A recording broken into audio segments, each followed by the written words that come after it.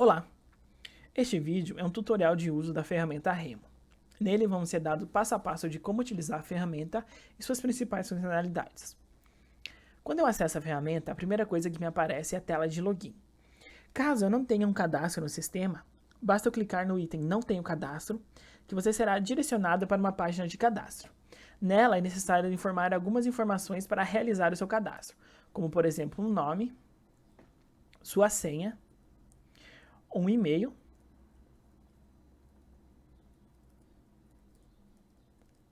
e seu nome de usuário. E clicar no botão cadastrar. Nesse momento, então, o sistema retorna que o usuário foi cadastrado com sucesso. Para acessar, então, basta você informar o e-mail cadastrado e a senha cadastrada. Então, você entra na ferramenta Remo.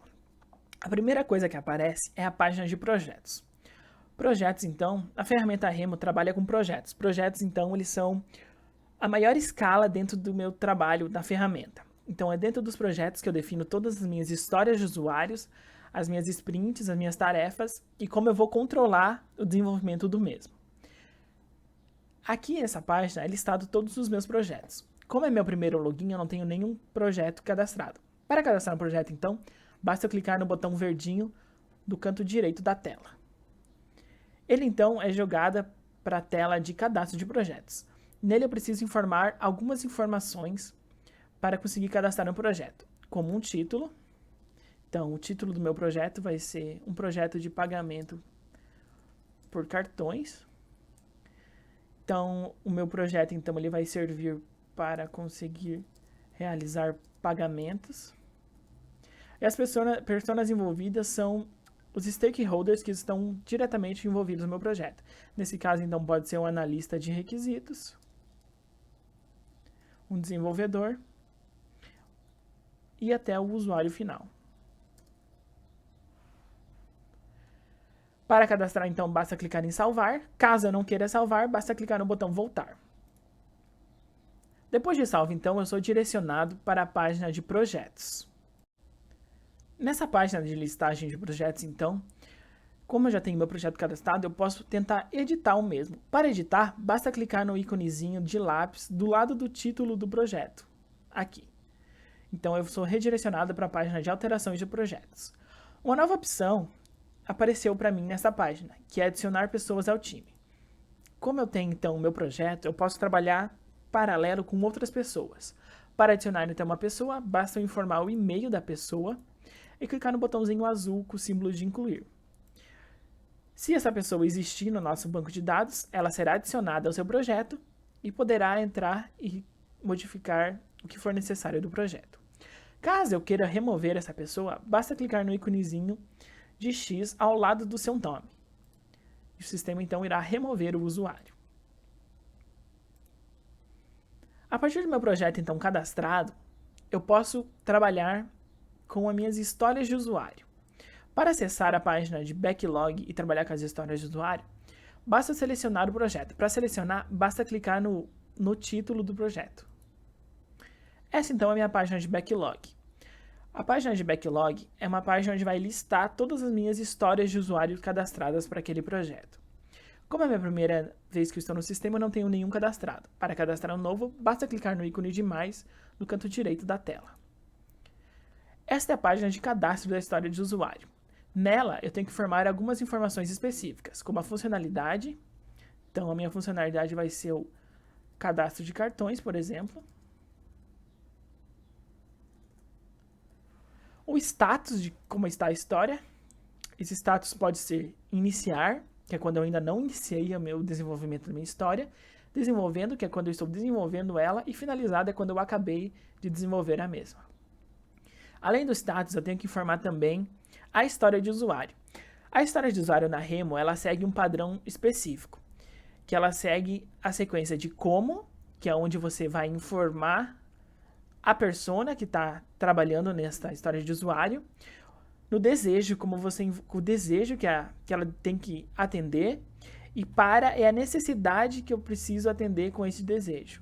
Então, por exemplo, aqui neste caso, como um usuário do sistema de compras, eu desejo um cadastro de cartões de crédito para conseguir gerenciar minhas compras com cartões. A partir do momento, então, que eu informo todas as informações necessárias, eu posso clicar em salvar para cadastrar essa história de usuário. Caso eu não queira, eu posso clicar em voltar, que voltará para a página de backlog. A partir do momento que eu salvo, então, o sistema me retorna uma mensagem que é possível agora cadastrar os critérios de aceite na história. Então, o sistema vai entrar na página de alteração e se eu rolar a página até o final, aparece agora este novo critério de aceite. O critério de aceite, ele pode ser definido como um requisito que precisa ser atendido para minha história de usuário estar completa. Neste caso, então, para me cadastrar um critério de aceite, eu preciso informar o cenário desse critério, os dados que vão ser usados nesse teste, quando ele vai ser usado e como ele vai se comportar. Então, para cadastrar, então, eu preciso informar rapidamente, eu preciso informar esses dados e clicar no botão de mais. A partir desse momento, então, é realizado o cadastro e aparece aqui em cima os critérios de aceite. Eu posso cadastrar quantos critérios de aceite eu quiser por história de usuário. Caso eu deseje excluir um critério de aceite, basta eu clicar no íconezinho de lixeira ao lado do nome dele. E assim será excluído o critério de aceite. A partir do momento, então, que eu clicar no backlog, ele vai me listar, então, todas as minhas histórias de usuário cadastradas no backlog. Caso eu queira editar uma história de usuário, basta eu clicar na história, que será aberta a página de alteração. A partir do momento, então, que eu tenho a história de usuário cadastrada, eu posso partir, então, para minhas sprints. Sprints são termos do Scrum que definem períodos de tempo que eu consigo trabalhar para desenvolver as minhas histórias de usuário. Então, sprints são períodos de tempo já definidos, geralmente eles têm um padrão de 2 a 4 semanas, e são dentro dessas sprints que vai ser realizada todas as atividades de desenvolvimento, teste, entre outras, para entregar uma história de usuário. Para mim acessar a sprint, basta eu clicar no menu Sprints, lá em cima, que eu serei direcionado na minha listagem de sprints. Para cadastrar uma sprint, basta clicar no item de mais, no canto da tela, e eu serei direcionado para a tela de cadastro de sprints. Neste cadastro, eu preciso informar algumas informações, como o título da minha sprint, a data de início, que nesse caso pode ser em uma semana, e as estimativas em horas. Essas horas são o tempo que eu tenho disponível de trabalho na minha sprint.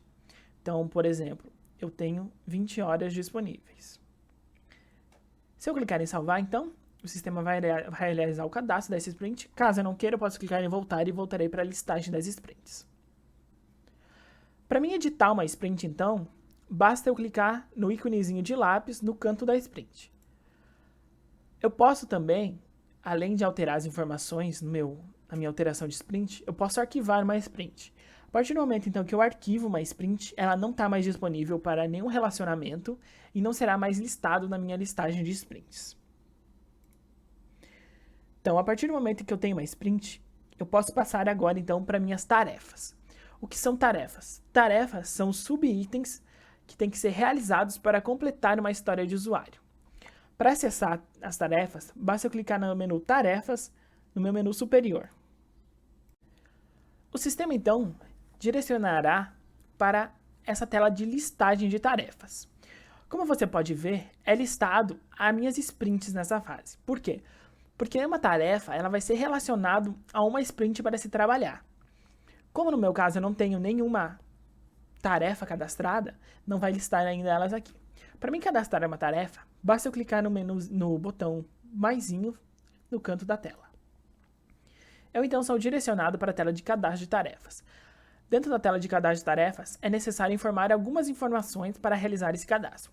Primeiramente, eu preciso relacionar com a história de usuário pai, que vai ser a principal da minha tarefa. Então, nesse caso aqui, eu estou relacionado com a história do sistema de compras, que deseja um cadastro de cartões de crédito para conseguir gerenciar as compras com cartões. A tarefa, então, ela é um subitem que eu preciso desenvolver para concluir a minha história de usuário. Então, neste caso aqui, essa tarefa vai ser uma tarefa de desenvolvimento do cadastro de cartões.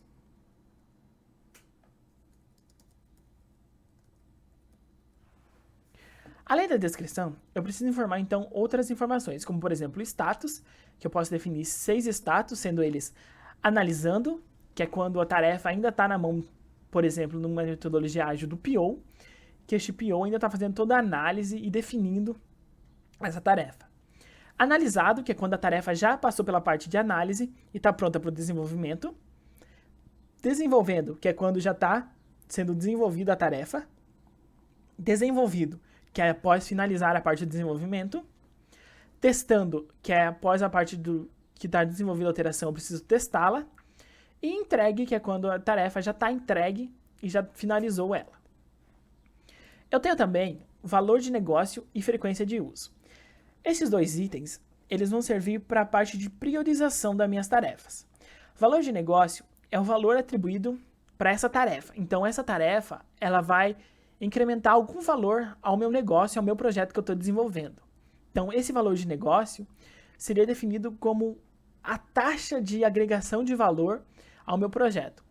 Então, por exemplo, eu tenho 3 itens que eu posso escolher no valor de negócio, sendo eles alto, que é quando a finalização dessa tarefa vai me entregar muita coisa para o meu projeto, então ele vai entregar um valor alto de negócio. Médio, que é quando ele entrega um valor de negócio médio, e baixo para um valor de negócio baixo. Além disso, eu tenho a frequência de uso. A frequência de uso é definido como quanto o meu usuário final vai utilizar essa tarefa. Então, quanto maior a utilização dele, maior vai ser o valor dessa frequência de uso. Então, ele é definido como hora a hora, diário, semanal, mensal ou trimestral. Esse campo, então, valor de negócio e frequência de uso, eles vão ser usados na parte de priorização automática das minhas tarefas dentro das minhas sprints. Então, nesse caso aí, a priorização automática ela vai levar em conta esse nível de priorização, que é o valor de negócio mais a frequência de uso. Então, quanto mais prioridade a minha tarefa tem, vai ser alocado antes das minhas sprints. Eu tenho um campo sprint também, caso eu queira relacionar uma sprint ou quiser jogar uma tarefa para alguma sprint. Nesse caso aqui eu posso relacionar com a sprint 1, por exemplo, que é a sprint que a gente cadastrou, ou posso deixar nulo. Se eu deixar nulo, essa tarefa então ela entra na parte de priorização automática que eu vou mostrar ali para frente. Além disso, eu preciso estimar uma quantidade de horas para ser trabalhada nessa tarefa, que é quantas horas eu vou gastar para desenvolver essa tarefa. Então vamos supor que nesse caso eu gaste 12 horas. A partir disso então eu posso salvar, ou caso eu não queira salvar, voltar para a minha listagem de tarefas. A partir do momento então que eu salvei, vai me voltar para a tela de listagem de tarefas, e aqui então ela vai ser listada como uma tarefa não priorizada. Uma tarefa não priorizada é uma tarefa que ainda não foi alocada em nenhuma sprint. Para mim então alocar essa tarefa, tenho 2 maneiras de fazer isso. Primeiro, eu posso entrar alterando manualmente essa tarefa. Então, por exemplo, caso eu queira alterar uma tarefa, basta eu clicar na tarefa, e aqui ele vai me voltar para o meu cadastro de tarefas. E nele eu posso selecionar a sprint que eu quero trabalhar. Além disso, o sistema Remo ele tem a opção da priorização automática. O que é isso?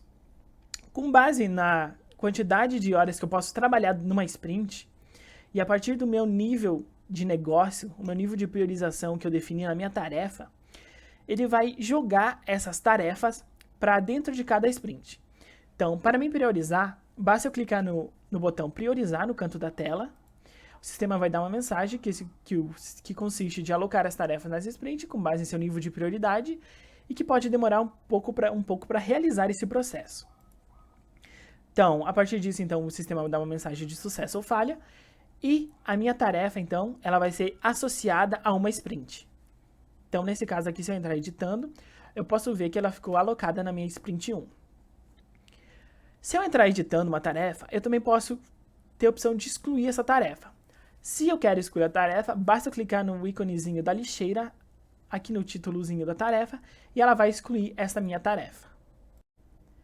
Então, como o sistema ele trabalha então com metodologias ágeis, é com esses níveis que você vai precisar trabalhar para desenvolver sua metodologia ágil, como o Scrum. Então, por exemplo, estou trabalhando no Scrum, a minha tarefa está como analisando. Então, eu mudo o status dela e ela vai mudar o status assim. E é com isso que eu vou controlar então as etapas do meu projeto e como está indo o andamento da situação. Além disso, o sistema tem outras funcionalidades que podem ajudar você na hora de gerenciar a produção do seu projeto. Para isso, então, eu tenho a parte do meu documento de requisitos. Para acessá-lo, basta eu clicar no menu Documento de Requisitos e ele vai me gerar um documento, uma página com um documento que vai mostrar o meu projeto, a visão do meu produto e as personas relacionadas, todas as minhas funcionalidades cadastradas e as tarefas relacionadas a elas, sendo listado também o status e o andamento. A partir disso, então, eu consigo ter um documento que eu consigo ter todo o controle do andamento do meu projeto. Caso eu queira imprimir esse documento, basta eu clicar então no íconezinho, no botãozinho da impressora, que será aberta uma página que você poderá imprimir em forma de PDF. Eu posso voltar também e ele vai me relacionar, me jogar para a página de projetos. Para finalizar então, eu também tenho na ferramenta o meu processo de histórico de mudanças. Este histórico de mudanças, ele serve como uma forma de auditar o sistema e saber quem realizou alguma alteração. Então, por exemplo, vamos supor que um usuário entre editando o meu projeto e mude o nome de pagamentos de cartões, por exemplo, para pagamentos com cheques. Então, eu realizei uma alteração e eu preciso saber quem foi o usuário que fez essa alteração. Então, para isso, eu consigo acessar o histórico de mudanças. Clicando então no meu histórico de mudanças, ele vai me relacionar para esta página que eu informo a data que eu quero buscar as mudanças. Então, nesse caso aqui, como eu realizei no dia 11, eu busco do dia 10 até o dia 12, eu posso informar apenas o dia 11. E seleciono o módulo. O módulo tem projetos, histórias de usuário, sprints e tarefas. Então, como eu fiz uma alteração no meu projeto, eu busco essa alteração. E aqui ele me traz o log, que é uma forma de auditar quem que fez essa alteração. Então, essa alteração foi feita por e-mail de Sérgio TJ. O dado antigo que eu tinha era o título de pagamentos por cartões. O dado novo ficou como pagamento por cheques. E eu consigo então fazer essa auditoria do meu sistema para saber quem mexeu essa alteração e quando ele mexeu essa alteração. Bom, para finalizar então, caso eu queira sair do meu projeto, em qualquer página do meu sistema, basta eu clicar no botãozinho de sair no canto direito superior da tela e eu serei direcionado e perderei todas as informações do meu acesso, deixando assim vago para acessar outro projeto ou acessar outra conta.